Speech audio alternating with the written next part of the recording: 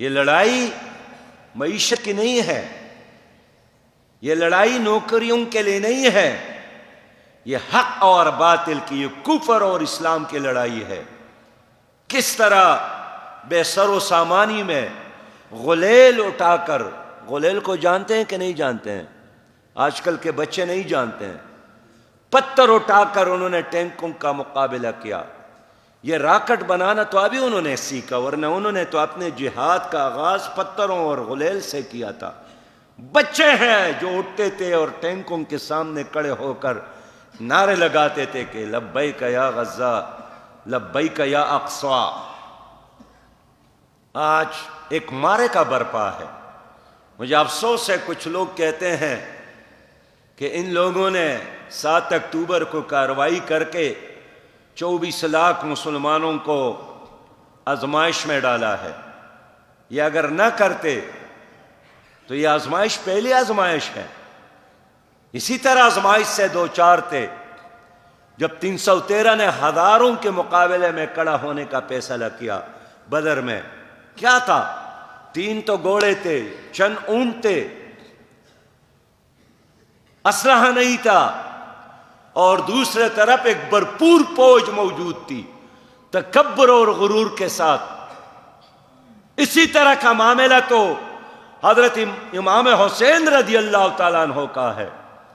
72 لوگ تھے، اور اس میں بھی بوڑھے، اور اس میں بھی خواتین اور بچے، اور مد مقابل ہزاروں پر مشتمل ایک لشکر موجود تھی۔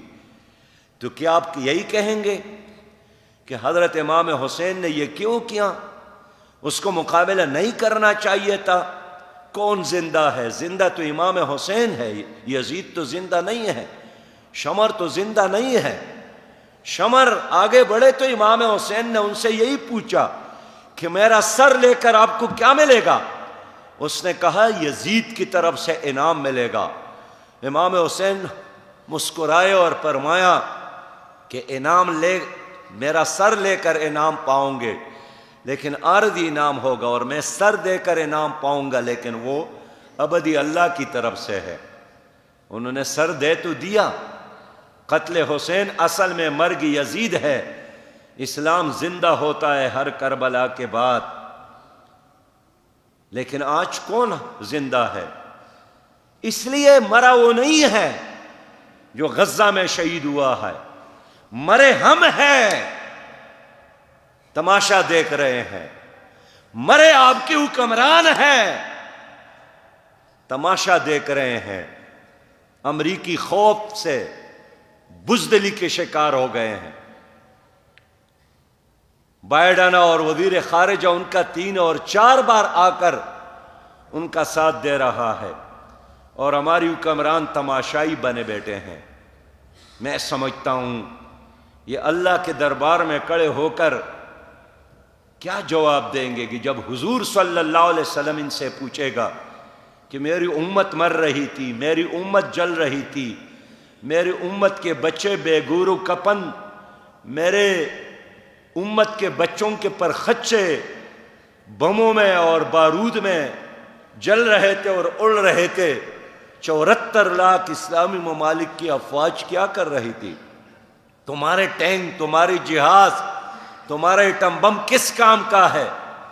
پھر تو ان کے لیے کوئی قبرستان بنا کر ان توپوں کو، ان ٹینکوں کو، ان جہازوں کو، ان بموں کو اسی میں دفن کر لو۔ یہ ہمارا کسی کام کا نہیں آیا، نہ کشمیر کی آزادی کے لیے ہمارے کام آیا، نہ فلسطین بچانے کے لیے ہمارے کام آیا۔ کیا یہ ہمیں قابو کرنے کے لیے ہے؟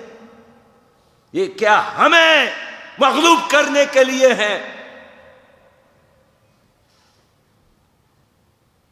ان کے چہروں کو دیکھ کے، ان کے الفاظ کو دیکھ کے، بی نور چہرے، بے رنگ بھی بو اور بے ذائقہ تقاریر نصیحتیں کرتے ہیں۔